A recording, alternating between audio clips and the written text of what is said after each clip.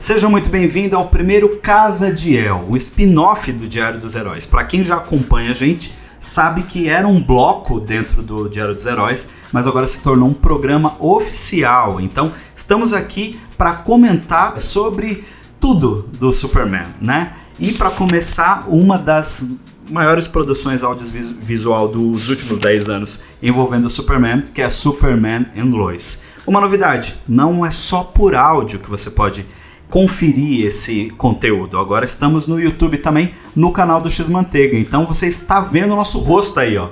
Tá eu e o Lucas. Pra quem não me conhece, eu sou o Dinho. Lucas, se apresenta aí. E eu sou o Lucas Lucena, lá do Despertar Nerd. Você pode me encontrar no YouTube, na Twitch, no Instagram, no Spotify, qualquer canto. Procura lá, Despertar Nerd, que tamo junto. E é isso aí, ó. Pra quem não conheceu o Lucas, né, e também pra quem só nos ouve, somos assim, bonitos, né? Muito, inclusive, né? Solteiros, só fica aí, né? Não vamos datar, cheirosos. E moramos em lugares muito interessantes. Eu, por exemplo, estou aqui na Fortaleza da Solidão, enquanto o Lucas está lá em Argo City, né? Para quem não sabe, Argo City é uma única cidade que sobreviveu do planeta Krypton. Então, ele tá lá, morando lá atualmente. Tá muito quente aí em Argo? Tá.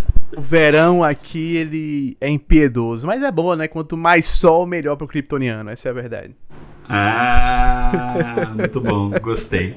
A ideia desse cast é a gente sempre falar de coisas do Superman, porém, como eu disse, Superman Lois voltou agora, né? Voltou agora para a sua segunda temporada e hoje, especificamente, nós vamos comentar os 2 primeiros episódios. A série é uma produção da CW, né? A série é a CW que cuida do Arrowverse e Superman Lois faz parte também do Arrowverse. A gente vai conversar bastante, é claro que vão ter spoilers sobre o episódio. E se você tá meio perdido ainda, não assistiu Superman Lois, tem um vídeo no X-Manteiga, eu vou deixar no link na descrição para você assistir. Quem tá vendo no YouTube tá aparecendo no card, para você saber exatamente o que você precisa saber, né? Saber o que precisa saber de Superman antes de assistir Superman Lois.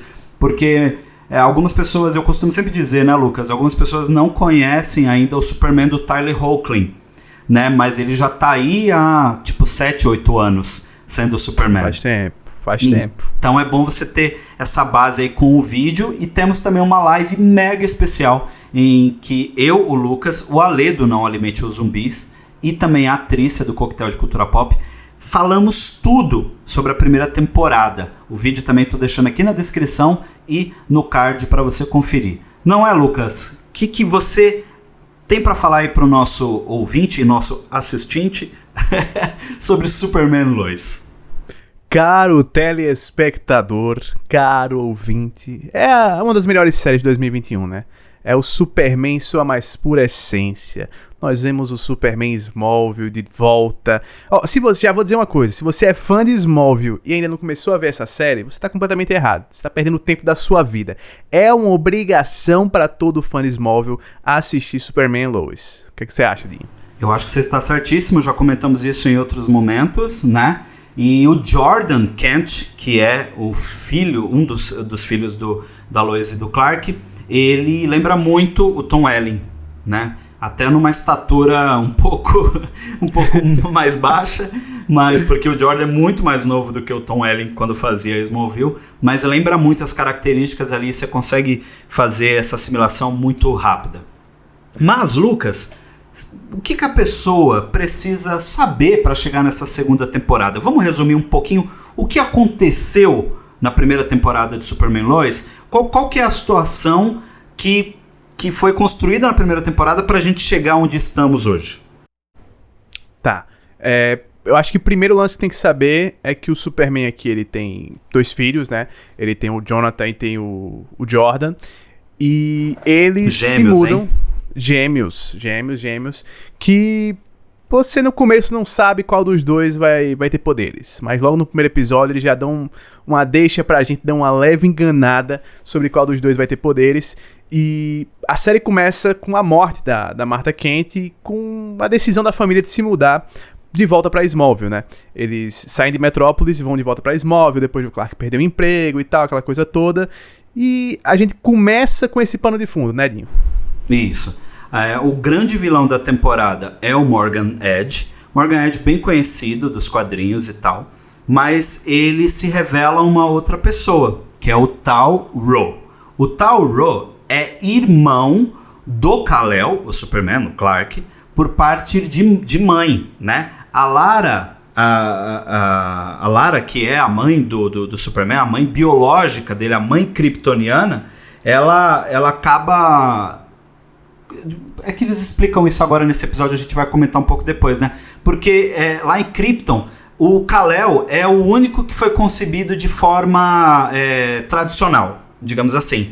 Porque as crianças em Krypton estavam sendo construídas...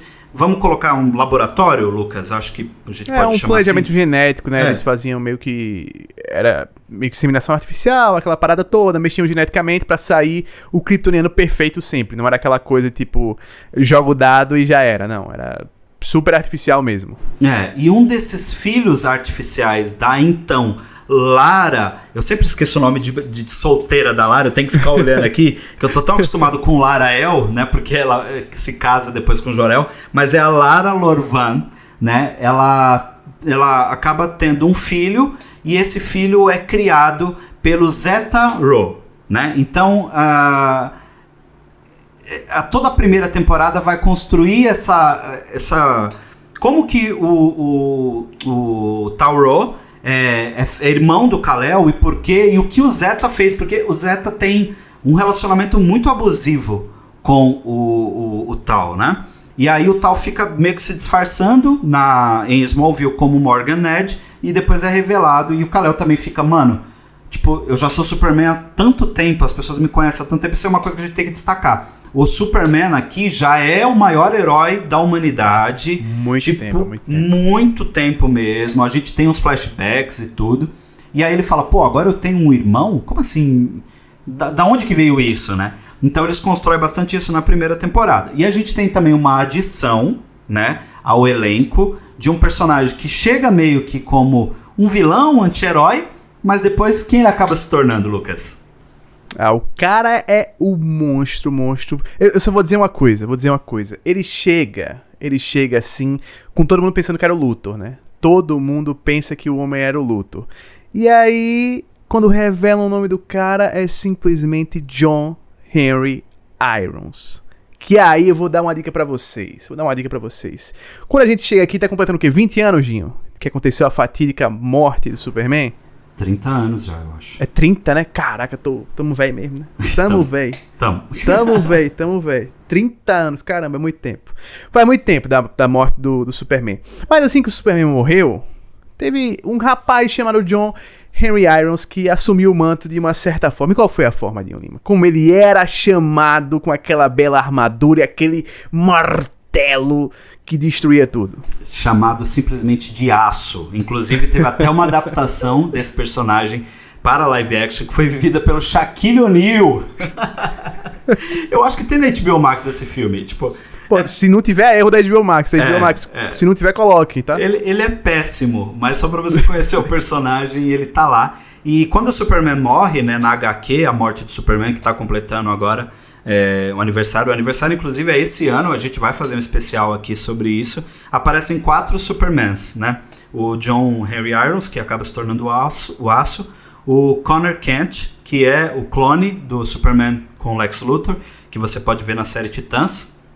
Tem o Erradicador, né? E tem que também a gente tem menção a ele aqui nessa primeira temporada, sim, né? E a gente tem o Superman Cyborg, que ficou bem popular agora para os fãs, né, da DC, numa animação chamada A Morte do Superman. O arco assim, envolve muito ele lá, do Superman Cyborg. Então o John Henry Irons vem de outra terra, porque isso foi confirmado para nós no crossover Crise nas Infinitas Terras, né? Então teve toda uma mudança no multiverso. E a terra onde eles estão hoje, o Superman e todos os heróis da DC do Arrowverse, todos os heróis não, alguns estão em outras terras, mas o time principal ali, né? O The Flash, o pessoal de Arrow, porque o Oliver não está mais entre nós, o pessoal de Legends of Tomorrow, Batwoman, Supergirl, tá todo mundo na Terra Prime.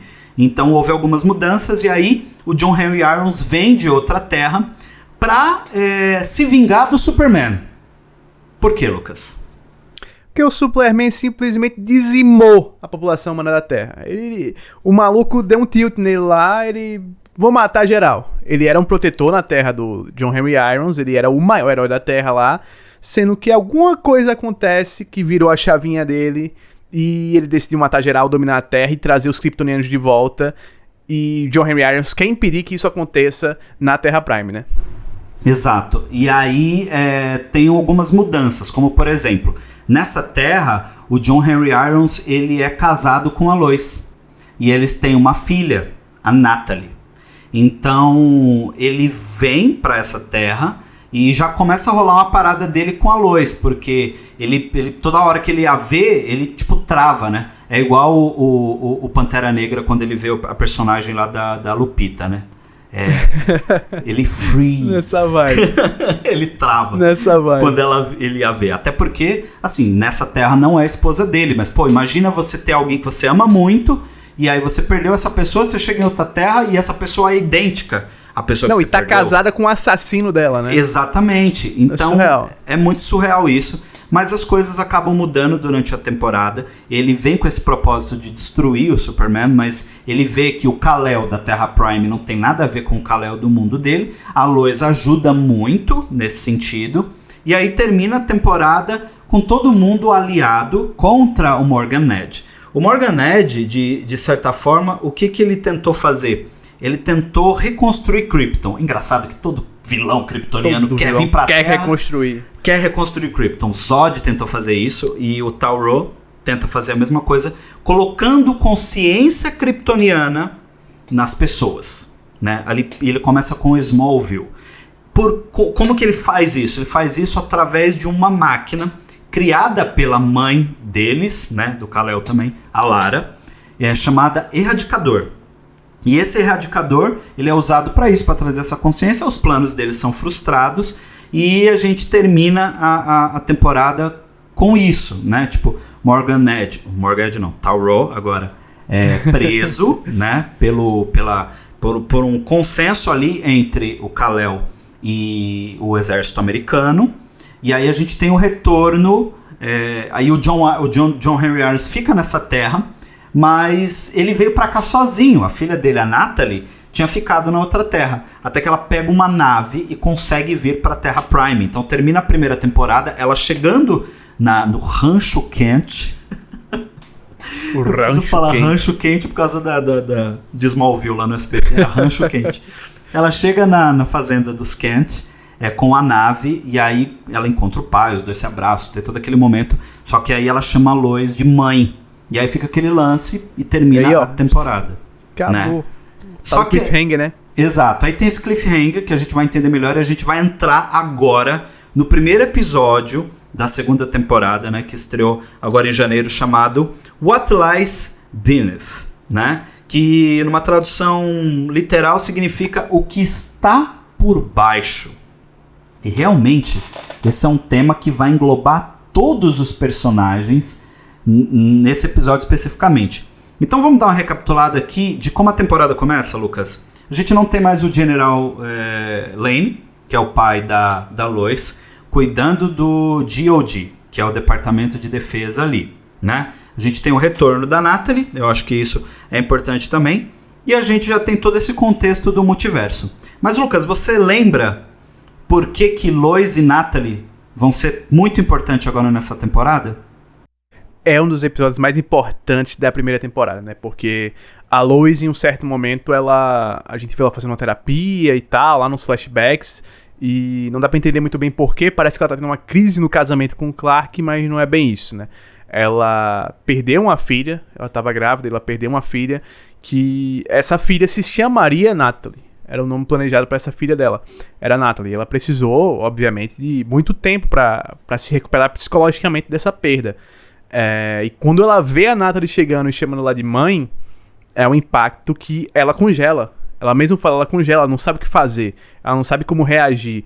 E aí a gente começa o episódio com a Lois meio diferente, ela muito reativa, parece todo o tempo estar muito estressada, e ninguém entende muito bem o porquê. Mas a gente que assistiu, a gente já sabe que é por causa da Natalie, porque a Natalie chegou aqui, que ela tá se sentindo estranha. E a própria Natalie também tá estranha, não tá conseguindo se adaptar, porque passam 3 meses, né, desde aquela cena da Natalie chegando até o início realmente do primeiro episódio da segunda temporada. E a Natalie não se adapta. Ela fala para o John Henry Irons que ela não tá adaptada, que essa terra não é a terra dela, que os amigos dela não estão mais aqui, e olham para ela e não a veem. Na verdade, a mãe estão, dela... mas é um doppelganger, né? É tipo... olha pra ela e tipo, quem é você, né? E, pô, é um impacto muito grande pra um adolescente. E ela olha a mãe dela, casada com um cara que matou a mãe dela, ela não consegue entender isso, né? E esse primeiro episódio tem muito peso disso. Mãe dela. E esse episódio tem muito esse peso disso, né? Dessa relação das duas. E...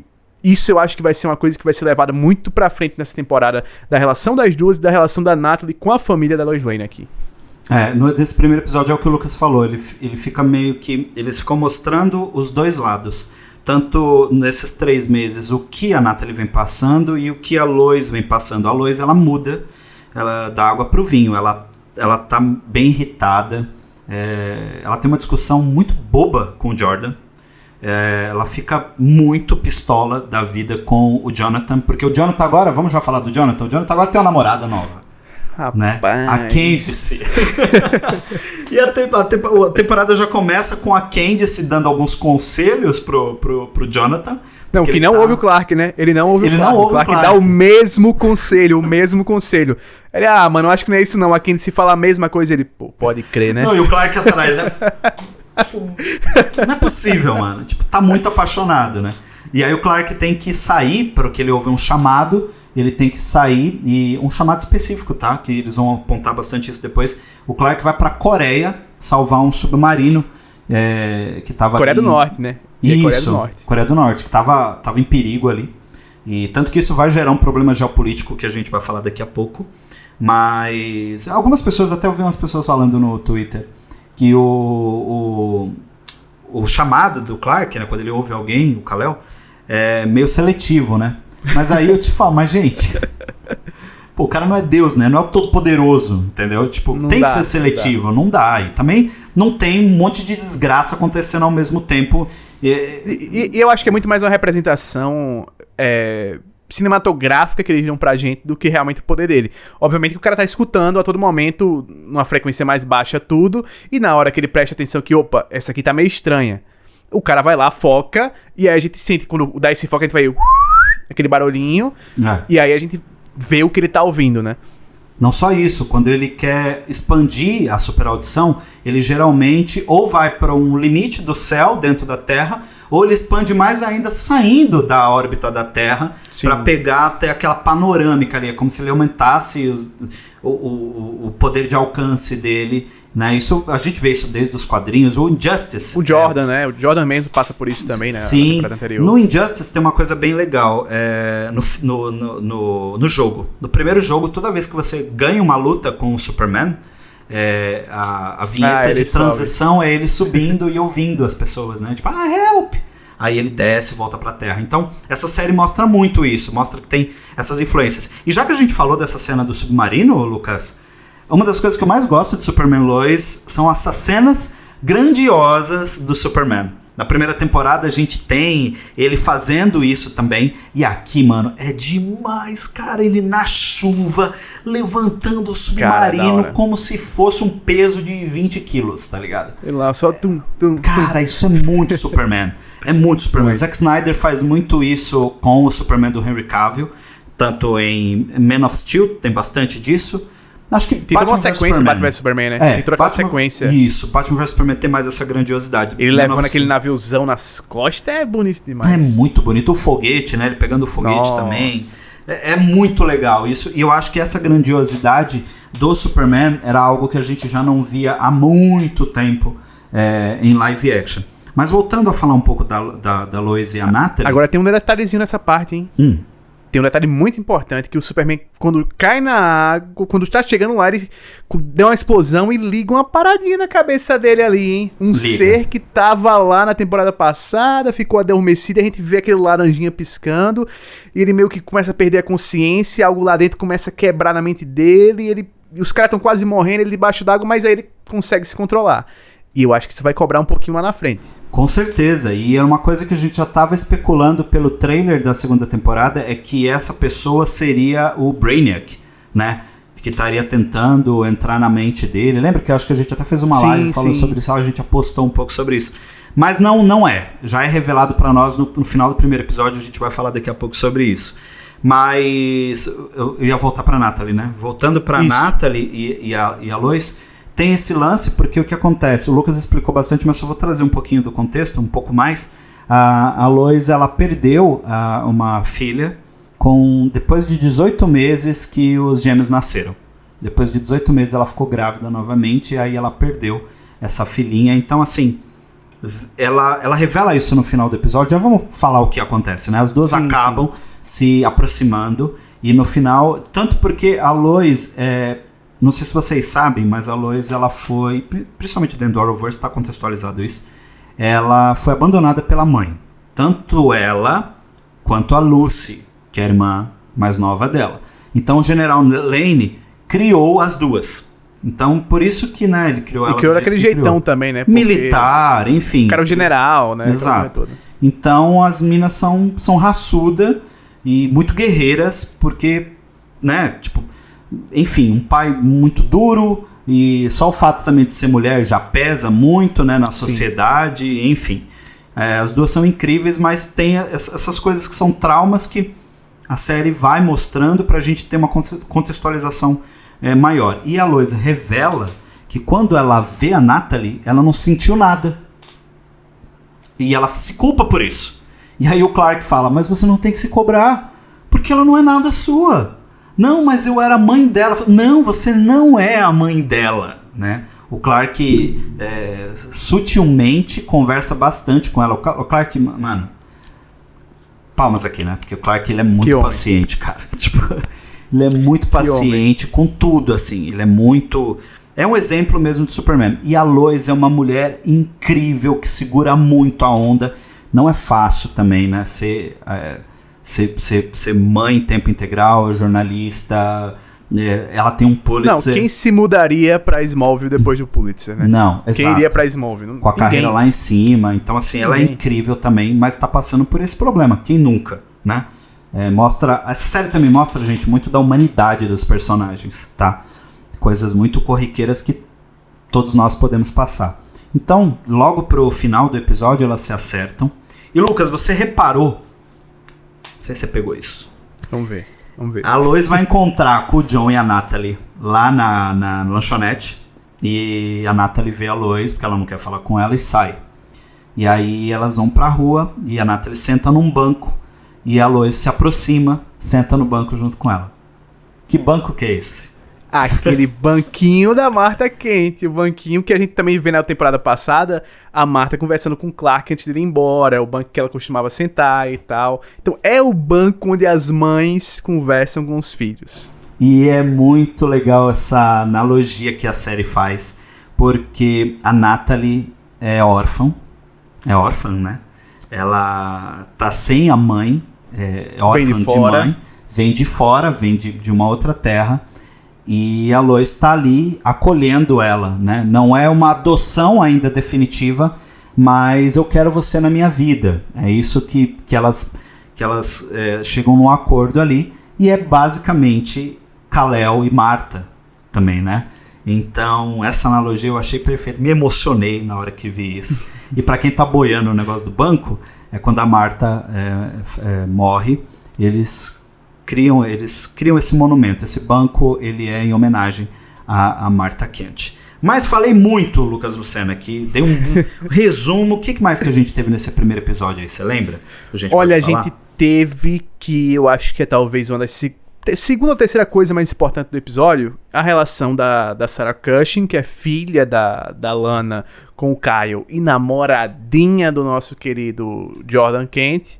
E do Jordan, né? Porque ela passou um mês fora, passou um mês no acampamento e tal. Dessa vez ela foi como coordenadora, aquela coisa toda. E aí o Jordan, menino novo e tal, esperando sua amada voltar, ele faz o quê? Ele se prepara, passa o perfumão, vai na beca, passa uns 3 horas se arrumando, prepara todo um lance no lago, tal, aquela coisa toda, pá. Quando chega na casa da Sarah, a Sarah tá tipo... não tô me sentindo bem. Ele, não, mais tarde a gente vai, beleza? Beleza. Chega lá mais tarde, ela... E aí ele começa a sentir que a parada não... Tá meio estranha essa parada. Dinho Lima, o que você acha? Você acha que Sarah e Jordan morreu? Eu acho que são muito novos, né? E fica muito claro essa inexperiência dos dois ainda em lidar com sentimentos e relacionamentos. Mais uma vez eu digo, quem nunca? Eu acho que é isso que traz também uma proximidade muito do espectador com a série, porque ele toca em pontos... Cara, a gente tá falando de uma série do Superman, que é um cara de outro planeta, que é um semideus entre nós, mas ele tem problemas corriqueiros, né? Ele é mais humano do que muito humano. E eu acho que os personagens em volta dele, né? O Jordan, por exemplo, não tem nos quadrinhos. O filho da Lois e do Clark é o Jonathan, né? O Jonathan Kent. Então aqui, colocar o Jonathan sem poderes e trazer o Jordan, e ainda mais ele tendo um relacionamento com a filha da Lana, que é ex-namorada do Clark, é muito importante. Então assim, eu acho que vai ter eles vão dar uma oscilada, mas eles vão acabar ficando juntos em algum momento. A Sarah tá um pouco confusa. No segundo episódio que a gente vai comentar, eles desenvolvem um pouco isso mais. Mas você falou de Lana Cushing, a série tá deixando isso bem claro, né? Não é mais Lana Lang, é Lana Cushing, que é o nome do Kyle, o marido dela, né, que é o sobrenome de casada dela. Mas ainda falando da Lana, Lucas, temos uma novidade aí em relação ao personagem também, né? Olha, eu vou dizer uma coisa. Pra mim é Lana como prefeita, né? Ela tá agora apoiando outro candidato, porque na temporada passada... No primeiro episódio. O prefeito... no prefeito ele... atual... Ele se mostrou um grande babaca, um grande otário pra cima da família dela, e que jogar toda a culpa do lance do Morganete pra cima deles. E aí ela faz, vamos arranjar outra pessoa pra concorrer contra ele. E aí nesse primeiro episódio a gente tem ela apoiando, acho que o Daniel, que é o nome do candidato. E ela tá bem animada. Isso, ela tá bem animada e tal. O Caio já não tá tão animado assim com o cara, porque eu acho que também ele já viu que o cara não é tão bom. E aí tem um jantar na casa deles pra apresentar ele para os eleitores e tal, pra galera lá de Smallville. E o que se mostra é que o cara realmente não dá. Ele não manja, não sabe o que realmente vai fazer e tal. Mas quem mostra que sabe muito bem o que fazer em Smallville é a própria Lana, né?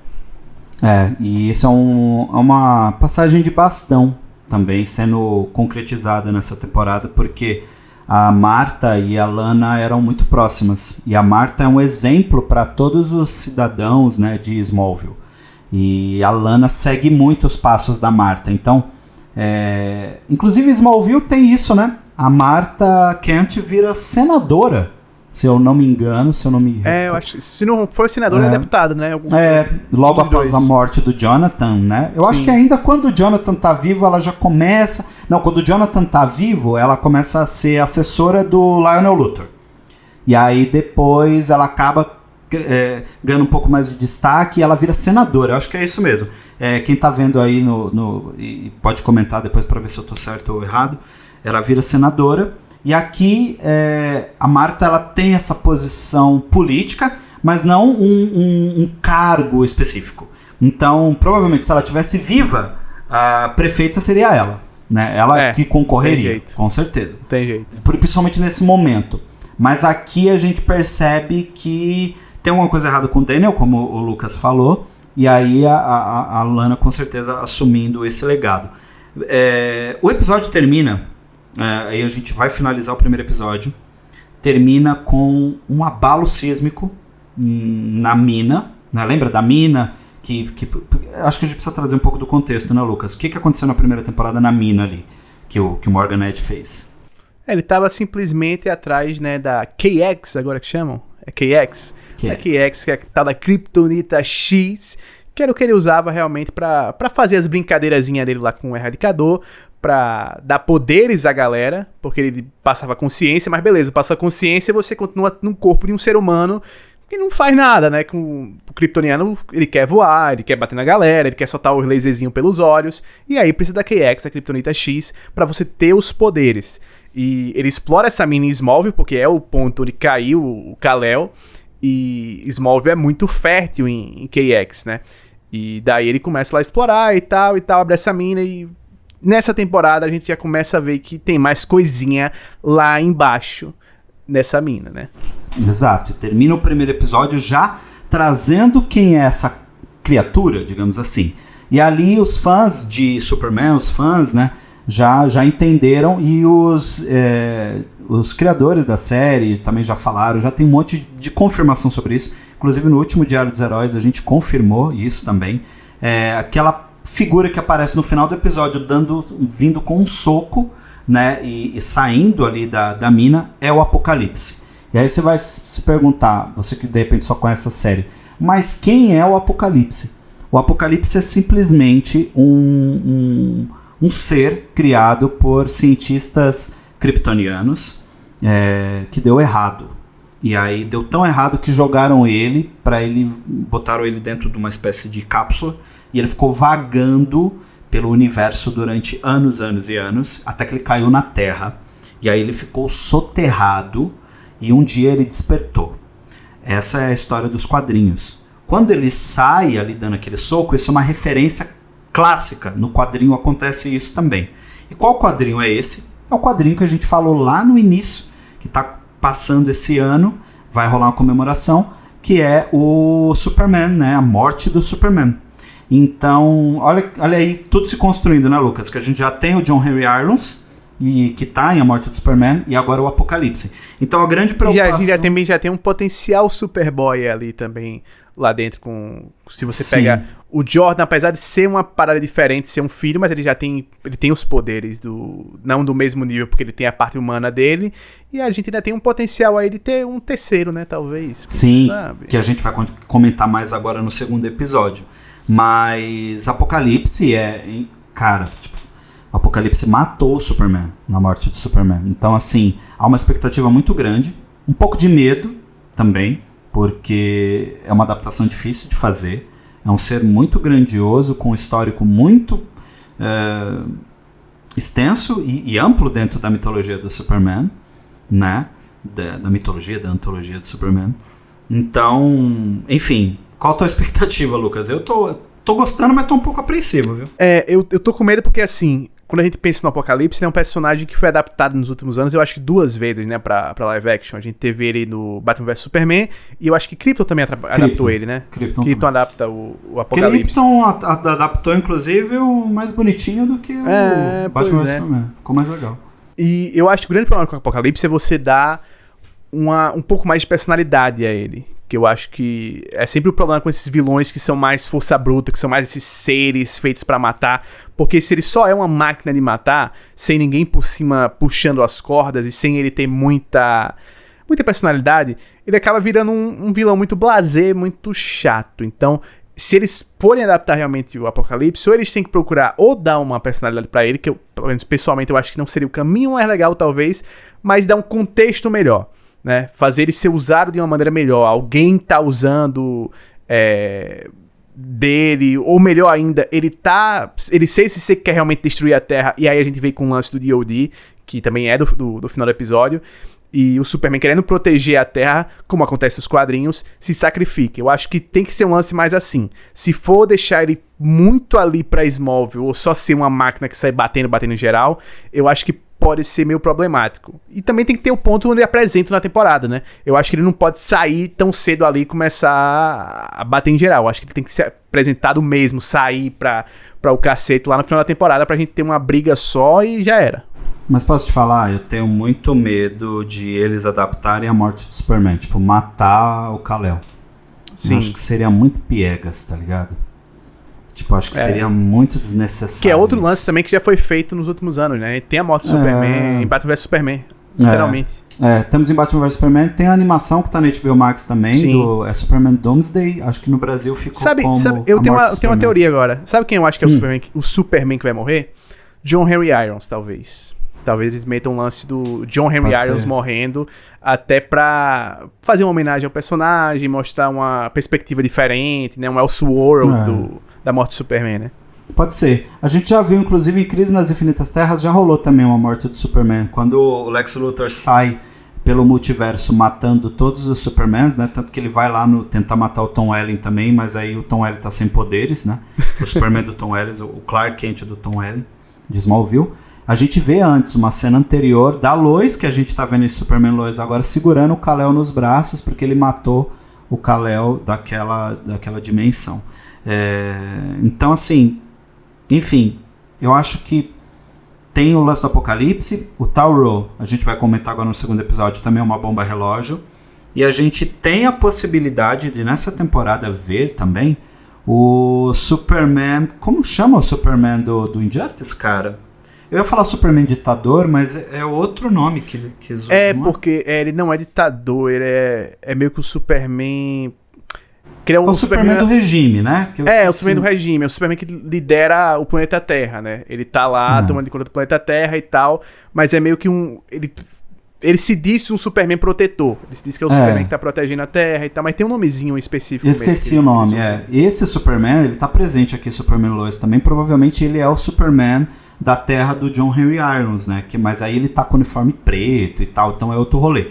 Então, assim, só encerrar esse assunto do Apocalipse, como eles não estão adaptando 100%, eles não estão adaptando as coisas 100% dos quadrinhos, mas eles estão numa atmosfera do quadrinho.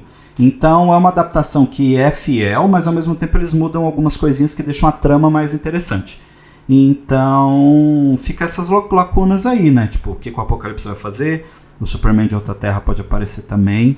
Enfim, encerramos o primeiro episódio. Vamos para o segundo agora, com o título de The Ties That Bind, que numa tradução também mais literal seria Os Laços que Oferecem, né? O que a gente pode comentar desse segundo episódio aí, Lucas, que já chegou com Tauro e Kal-El fazendo uma aliança, mano? É uma parada que realmente vai ser interessante, né, de ver essa temporada. Vai ser essa aliança entre os dois, porque, como você disse, é uma bomba relógio. O Tauro é uma bomba relógio e o Kal-El, ele sempre tem esse problema, né? Eu acho que a maior fraqueza, principalmente desse Superman, é esse lance que é também do Superman dos quadrinhos, de confiar muito no lado bom das pessoas, de confiar muito nas pessoas, de se abrir muito, de dar segundas, terceiras, quartas, quintas, sextas chances para os outros. E aí, cara, eu quero ver. Tô interessado em ver o que vai acontecer com esse lance do Tauro, que eu acho que vem coisa interessante com ele na temporada, viu? Ele tem um arco interessante mesmo. O Kal-El vai lá na prisão, tira ele de lá e leva ele pra Fortaleza da Solidão dele. Então agora, tipo assim, o Tauro também... A gente viu isso bastante na primeira temporada, que é onde o Tauro fica conversando com a inteligência artificial do Zeta, que é o pai dele. Pra quem tá boiando no que eu tô falando, geralmente os kryptonianos vêm com essa espécie de cápsula, né? Vem encapsulado, como eles são muito avançados em tecnologia, então mesmo que o Jor-El tenha morrido e a Lara tenha morrido, o Kal-El de certa forma ainda consegue falar com os pais, e é tipo tudo em tempo real, como se eles estivessem vivos. É a consciência, como se fosse a consciência deles, mas numa inteligência artificial que está falando mesmo em tempo real, como eu mencionei. E aí nessa fortaleza tem uma inteligência artificial da Lara-El, né? A mãe dos dois.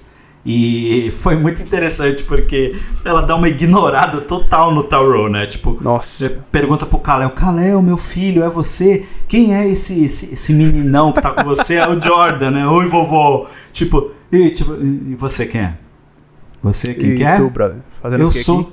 Aqui? Tipo, eu sou Tauro. Tipo, ela, você sobreviveu, meus filhos estão todos juntos. Tipo, não é bem assim, né? Essa família não é muito unida, como diria a grande família aqui. O que você achou da Lara-El? Porque na primeira temporada a gente tem o Jor-El participando lá na Fortaleza da Solidão do Superman o tempo todo, e aqui agora a gente tem a Lara-El. O que você curte? O que você achou? Eu achei uma mudança muito da hora, né? Porque a gente tá acostumado demais a ver o Jor-El. Em toda adaptação é o Jor-El. Toda adaptação é sempre o Clark, é sempre o Kal-El interagindo com o Jor-El o tempo todo. É sempre Jor-El. Eu acho que tá na hora da gente ter a Lara-El também interagindo um pouco com o filho, né? Ensinando alguma coisa pro filho. A gente vê que tem esse potencial também de ela trazer muitas coisas novas pra esse Superman. Porque ele já tá esses anos todos por aí. Ele já aprendeu o que tinha que aprender com o Jor-El. Mas com a Lara-El ele tem muita coisa que pode aprender. Até porque tudo que a gente sabe sobre ela é que ela também era uma grande cientista. Ela era uma mulher que era inteligentíssima. Muito, muito, muito inteligente. E potencial absurdo. Então acho que eles vão explorar esse lado.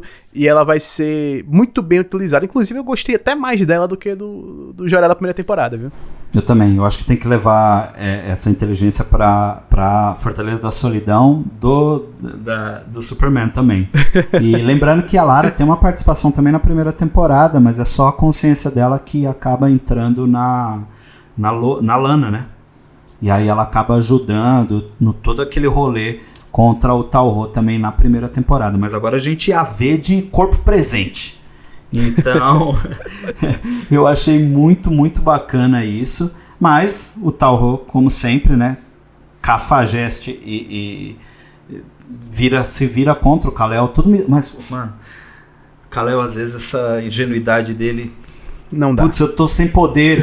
Vá. Sério mesmo que você tá sem poder? E não tava, né?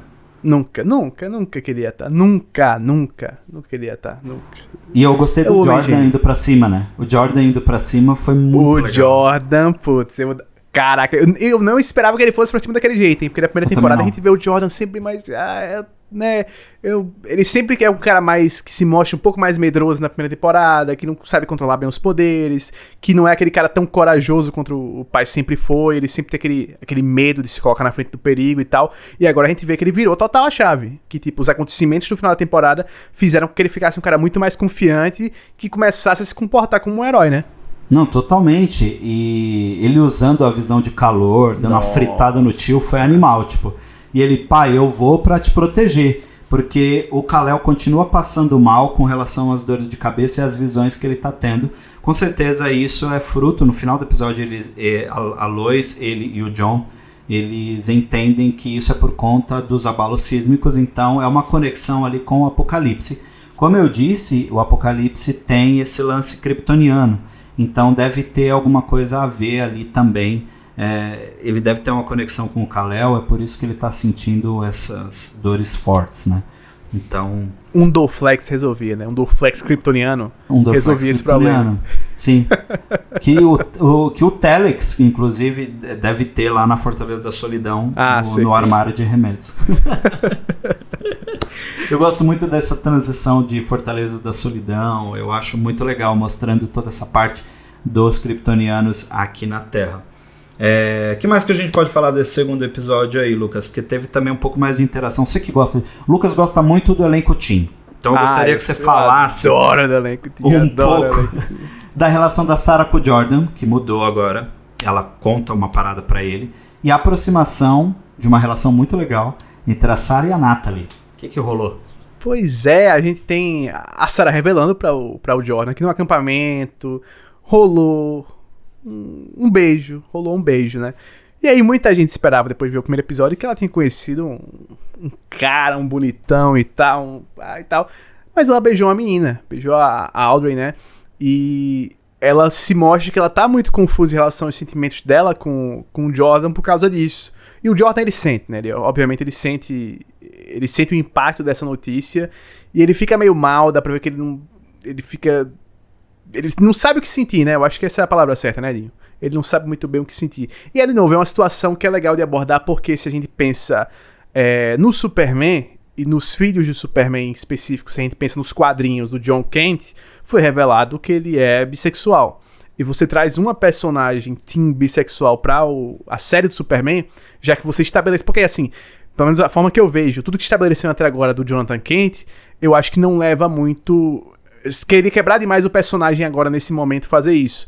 Mas eu acho que é um momento que você tem que explorar esse lado. E eu acho que a Sarah foi uma opção legal que deles usarem isso. O que é que tu achou? Eu acho que a gente precisa avaliar a situação dos dois de ponta a ponta. A Sarah, ela está passando por esse momento, é super compreensível, mas as atitudes dela no primeiro episódio com o Jordan não foram tão legais assim. E eu entendo que ela está tentando não ser falsa com ele e alimentar algo que não exista. Mas ela não foi muito bacana com ele, não respondia mensagem, mas eu repito, é compreensível, mas eu acho que a comunicação foi um pouco tardia. E aí quando o Jordan reage, mano, ele até reage de uma forma fofa, tipo, tá bom, beleza, tá bom então, a gente se vê, tchau. Okay. Putz, ficou assim, ficou um climão, mas eu acredito que ele precisa amadurecer e refletir. Falou, cara, sim, ela não tá terminando com você. Ela só disse que beijou outra pessoa e isso foi insignificante para ela. Foi um momento, ela curtiu o momento e foi. Agora eu acho que a Sarah precisa entender se ela realmente quer ficar com o Jordan e se ele realmente vai... Eu não sei se eu posso ir para esse lado. Vou tentar ir para esse lado sem parecer... que eu tô metendo o bedelho na relação dos outros. Mas é uma crítica, então a gente precisa... Estamos analisando o episódio. Tem que aqui botar o bedelho mesmo. Não tem exato. jeito. Mas podemos chamar de é uma traição, de certa forma, porque eles estavam namorando. Então... Não estavam no break, né? Não We were not on a break, não é Friends aqui, né? Exato, não é. Então, de certa forma, a Sarah pisa na bola com relação a isso, mas está vindo com uma sinceridade e falar, poxa, sabe, aconteceu isso. E aí eu acho que o que ela esperava era, tipo, sei lá, que ele brigasse com ela, ou sim, que ele fizesse alguma coisa e tal, mas ele fala, tá bom, falou, eu vou embora. Valeu, parceira. Mas a gente se fala. Então acho que ela também...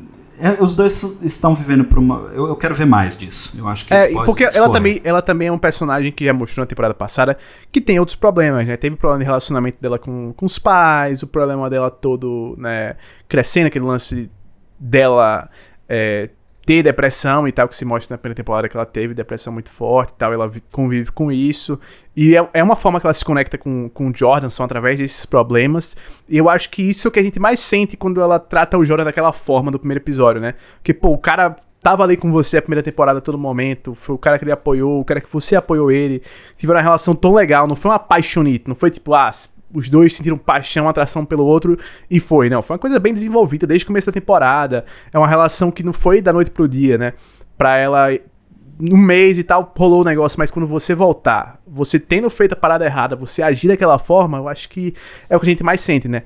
É esse lance e, pô, o Jordan foi incrível. O Jordan foi muito Clark, né? Aquele momento do Jordan. Foi muito Clark. Foi muito Clark ele reagindo daquela forma. Não, totalmente. E eu consigo entender os dois.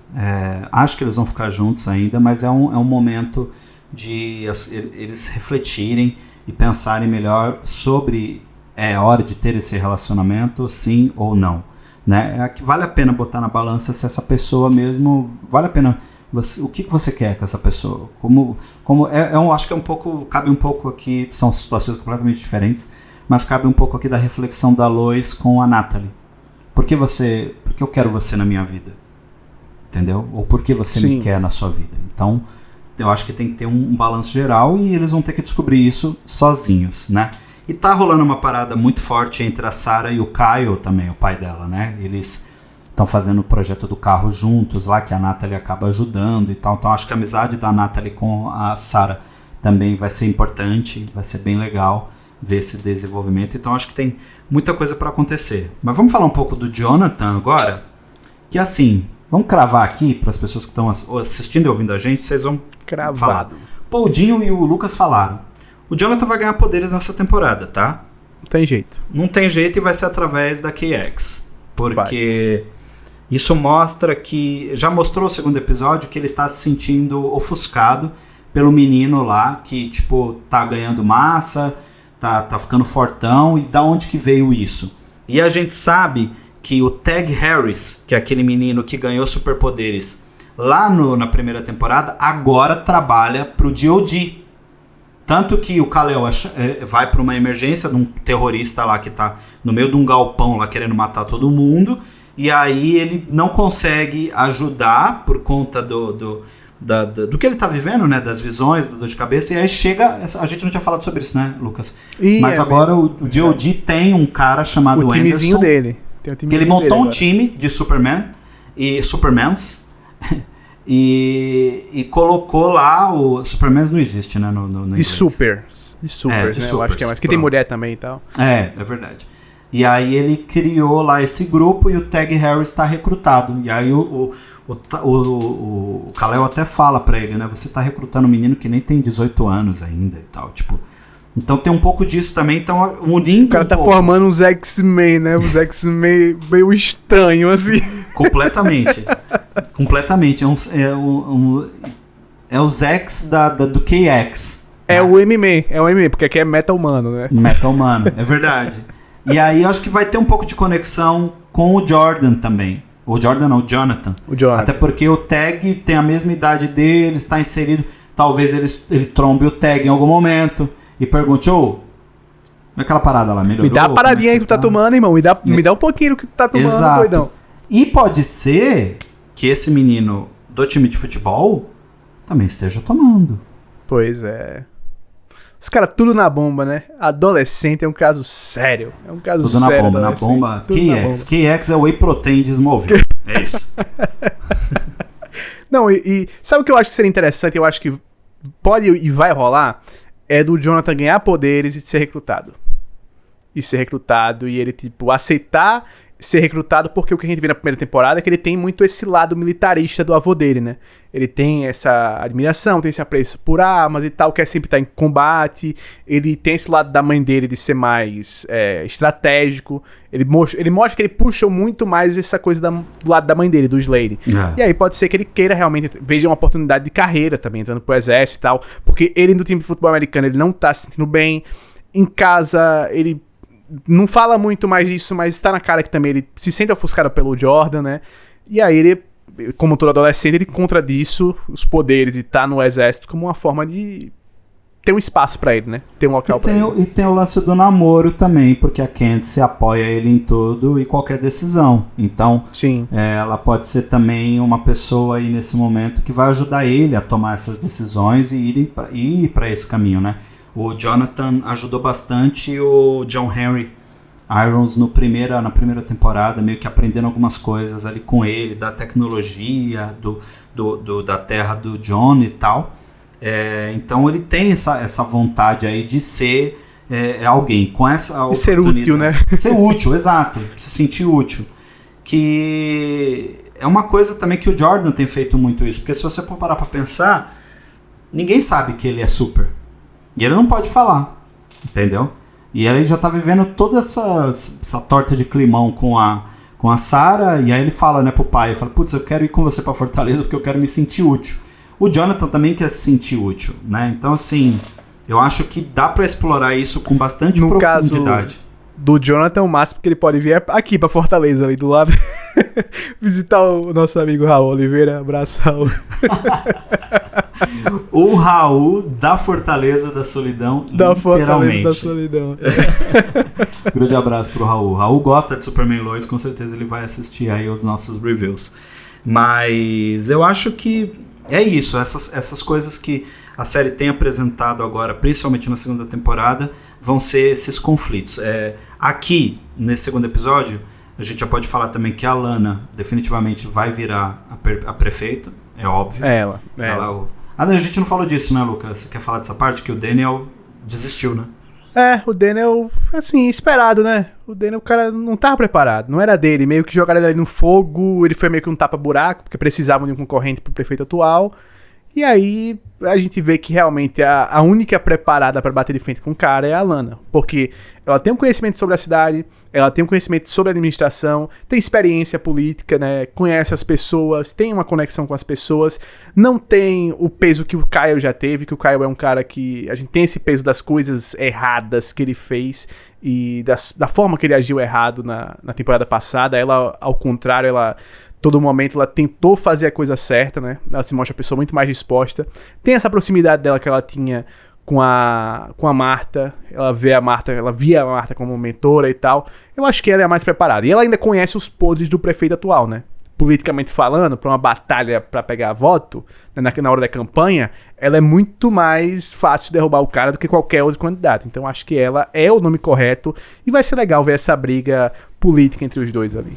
Eu tô doido pra ver também, vai ser bem interessante. Eu acho que a gente comentou muito na primeira temporada que o arco dos Cushing não era tão interessante, né? Esse núcleo não era tão legal. A gente até falava, putz, mano, tá meio chato isso, mas agora se tornou mega interessante com vindo essa parte toda de Smallville tá muito mais interessante na segunda temporada, né? Lá no começo do episódio a gente tem o Kyle e a Lana julgando o Kyle mais, né? Julgando a lojinha de produtos da DC, né? Que tem ali em Smallville. Os caras montaram uma loja dentro da sua produção. Como é que pode tá transformando Smallville numa cidade das pessoas vêm só porque o Superman salvou a gente, não sei o que, Alana? É bom, atrai turista, irmão. Tá maluco? Movimento da economia. Tu tá doido, bicho. Você vê que já a visão política dela é muito mais ampla, né? E falando de política, a gente tem esse lance também de Smallville, quando a Lois trabalha na Gazeta de Smallville ali, eu esqueci o nome do jornal nessa versão, e a assistente dela lá, né, a editora-chefe dela, esqueci o nome dela. Essa também. Vou ficar devendo. Alguma coisa assim. Vou ficar devendo para o próximo episódio, eu comento mais um pouco sobre ela. Mas a gente tem 2 cliffhangers aí pro próximo episódio. Primeiro que é o seguinte, o terceiro episódio, os produtores já disseram que a gente vai ter a revelação total do Apocalipse. Nesse segundo episódio ele aparece dentro lá, ele já saiu da mina, a gente viu ele socando e agora ele já saiu. Teve outro abalo sísmico e um dos mineradores lá sacrificou sua vida para tentar fazer com que o Apocalipse não saísse, né? Isso ficou bem claro ali, então a gente já teve um segundo vislumbre do personagem. E sabe quem tá fazendo ele, Lucas? É o mesmo ator que fez o Colossus no X-Men O Combate Final, o X-Men 3. Da primeira que trilogia. Da hora, eu gostava daquele Colosso, viu? Eu também. Gostava dele com o Colosso. Acho que ele pode dar um bom Apocalipse. Ele tem o físico, né, pra isso. Se eu não me engano, ele aparece em X-Men 2 também, quando... Mas é o ator, não? Ali eu acho que não, eu acho que é o mesmo, não é? É o mesmo, porque eu lembro que teve uma troca de atores, não sei se foi dele ou foi algum outro Deadpool eu sei que não é. Deadpool é outro Colosso. Sim. Mas é ele que vai fazer e a gente já vai ter um vislumbre completo, já vai ter o personagem completo agora no terceiro episódio. Então tem esse gancho.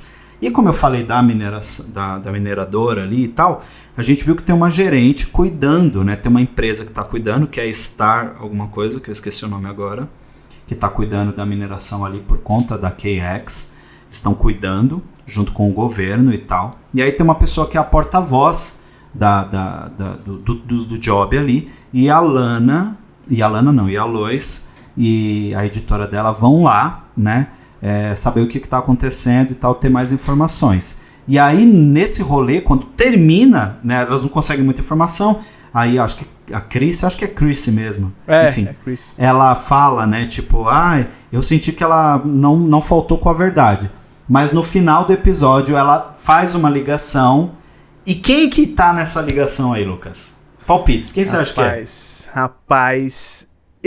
Rapaz, eu tava pensando aqui, e por horas eu às vezes acho que pode ser alguém pra expandir um pouquinho talvez o universo do Superman pro resto da CW.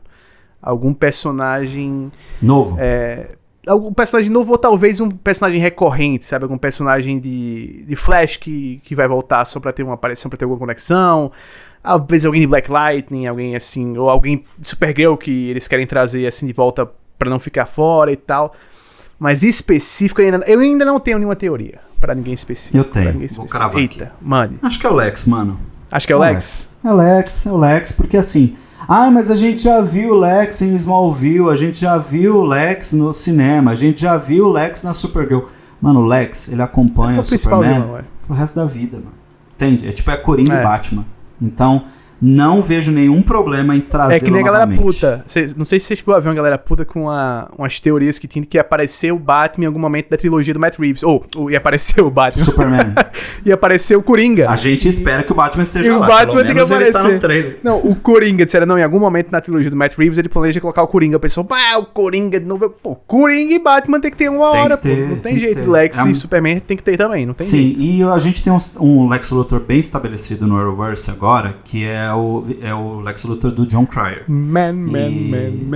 Não só isso, tá? Pra quem não lembra, lá em Superman 4, Em Busca da Paz, com o Christopher Reeve, o Lex Luthor é o Gene Hackman. Sim. E o John Cryer é o sobrinho do Lex Luthor nesse filme. É verdade. Novíssimo ali, atuando. Que tem o Nuclear Man, né? Exatamente. Man e tal. O filme é Aquelas meio ruim. unhas. O filme é meio as unhas do Zé do Caixão. O filme é bem ruim, mas enfim, tá na mitologia do Superman. E o John Cryer é um excelente Lex Luthor, ele tá em Crise nas Infinitas Terras também. Então, ele é o grande inimigo do Superman. E a gente já tá estabelecido, inclusive até por alguns quadrinhos do Arrowverse, que o John Cryer é o Lex Luthor do Tyler Hoechlin. Então, assim, eu acho que é Lex Luthor. Tá na hora. Acho que tá, pelo menos Até tem que ter uma pra participação. casar um pouco com o lance do Apocalipse que a gente tinha falado, né? Dele precisar de outras figuras ao redor dele pra gente ter uma trama que não seja só porradaria. Sim. E Superman hoje já mostrou que não é só porradaria, já mostrou que é muito mais drama também, é muito mais conflito de ideias, muito mais conflito político. Então, se você tem só porradaria, a série se perde um pouco. Então, eu acho que dá pra usar o Apocalipse como porradaria, a gente tem um Lex Luthorzinho ali, tem um Talho ali, e jogando vilãozinho pra ele, jogando vilãozinho, né? Porque Lex, Apocalipse, Talho não é vilãozinho também. Sim. Não, e tem toda uma ligação do Lex diretamente com o Apocalipse, né? Tem um interesse, inclusive na animação que eu falei, que tá na HBO Max, que é Superman, a morte do Superman, é a LexCorp que acaba libertando o corpo do Apocalipse. Então tem todo um interesse aí do Lex. Então, eu acho que Lex Luthor vem aí. Eu acho. Vou deixar. Faz sentido, faz muito sentido. Vou cravar aqui. Então a gente tem esses dois cliffhangers pro próximo episódio. Quem que era a ligação, e a gente vai ter aí o vislumbre real do Apocalipse. E eu acho que é isso, Lucas. A gente resumiu bem aí o que aconteceu nos dois primeiros episódios. Vamos agora para o que a gente achou, né? Vamos. O que você achou, Lucas? Os dois primeiros episódios. Veio aí? Começou bem a segunda temporada? Veio. Eu acho que eles conseguem voltar num ritmo muito parecido com o que eles tiveram na temporada passada, mas de uma coisa positiva, porque a gente continua explorando um elenco teen, com aquelas tramas que a gente gostou do elenco teen, a gente continua tendo a exploração do Superman como pai, do Clark Kent como pai, da Lois como repórter, como mãe. E os personagens secundários estão muito mais bem aproveitados agora, né? Você falou do lado dos Cushing, né? Do Kyle e da Lana. Gostei muito mais dele nessa temporada agora. Principalmente o Kyle, eu acho que sobe muito. É um personagem muito mais legal, muito mais interessante. Os vilões, eu acho que eles também começaram mais cedo a apresentar os vilões. Eu gostei disso também. Porque eu acho que um dos poucos problemas, talvez, da temporada passada é a demora para começar a desenvolver mais esse lance dos vilões, talvez. Aqui eu acho que não vai ter. Aqui eu acho que já vai vir com o desenvolvimento na hora certa, traz vilão da temporada passada, explora a mitologia, a antologia do Superman com a Lara, enfim. Eu acho que eles estão fazendo tudo certinho do jeito que eu gostaria e surpreendendo, né? Porque toda hora eles estão fazendo coisa que eu não esperava que eles fizessem. Eu tô adorando e adorei esses dois primeiros episódios. Eu também gostei bastante, voltou muito bem. Pra mim, a série de super-heróis mais completa da atualidade. Toda vez que eu falo isso, as pessoas reviram os olhos, eu vejo algum levantar de sobrancelha. Mas, gente, e aí fala-se da comparação com as coisas da Marvel. Eu acho que a Marvel já está em outro nível. Tem um universo já estabelecido com mais de 10 anos. Então, eu não posso pegar o WandaVision, que é uma coisa muito peculiar da personagem, e comparar com o Superman Lois. Não dá. Superman Lois já chega com um Superman que já está estabelecido há décadas dentro do roteiro. É um cara mais velho, um cara mais vivido, um cara mais maduro, e a gente nunca teve isso, né? E até em termos de liberdade, né, Dinho? Quando a gente pensa em liberdade de roteiro, WandaVision pode fazer o que quiser com a Wanda. Porque isso não vai impactar o resto da história da Marvel, literalmente, só por causa da estrutura da série. Já Superman Lois, ele precisa ser uma série pra TV. Ele precisa ser uma série que tem que ter uma estrutura mais normal de série. E contida, né? Porque tem que apresentar os personagens, que WandaVision não precisa necessariamente, porque a gente já conhece a Wanda, já conhece o Visão, sabe o que aconteceu com ela, já viu aquilo dali, já viveu aquilo, né? Sim, e Superman Lois faz isso muito bem através dos flashbacks, tanto que se você nunca viu o primeiro episódio da primeira temporada, em tipo 10 minutos você já tá contextualizado de quem ele é, do que tá rolando, entendeu?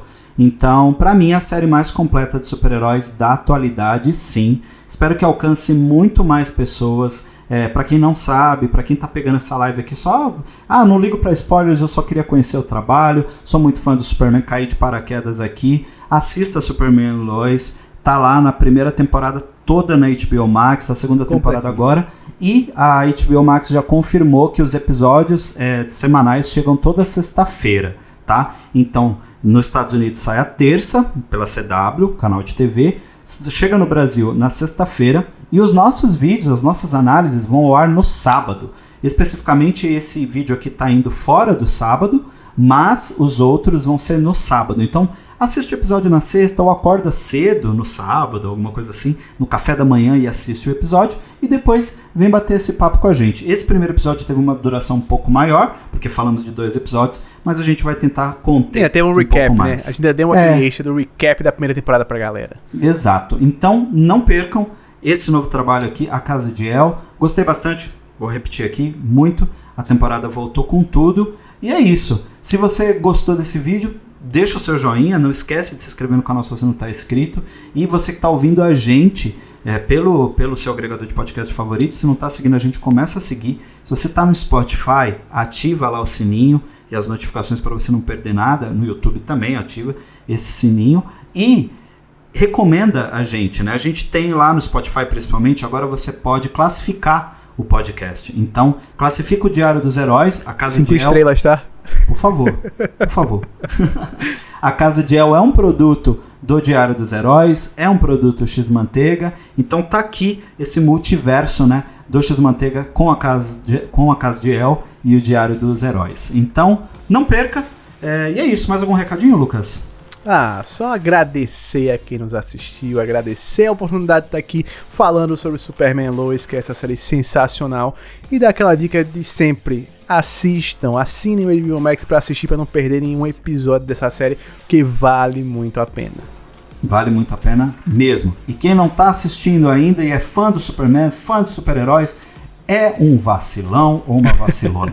Assista o Superman and Lois, tá muito bom mesmo. Até você que não gosta tanto de super-heróis em si, vai gostar por causa dessa parte da realidade. Tem muita coisa ali que muita gente passa diariamente e, enfim, é bem legal. É isso. Muito obrigado por nos ouvir e nos assistir até aqui. Até a próxima. Tchau. Tchau.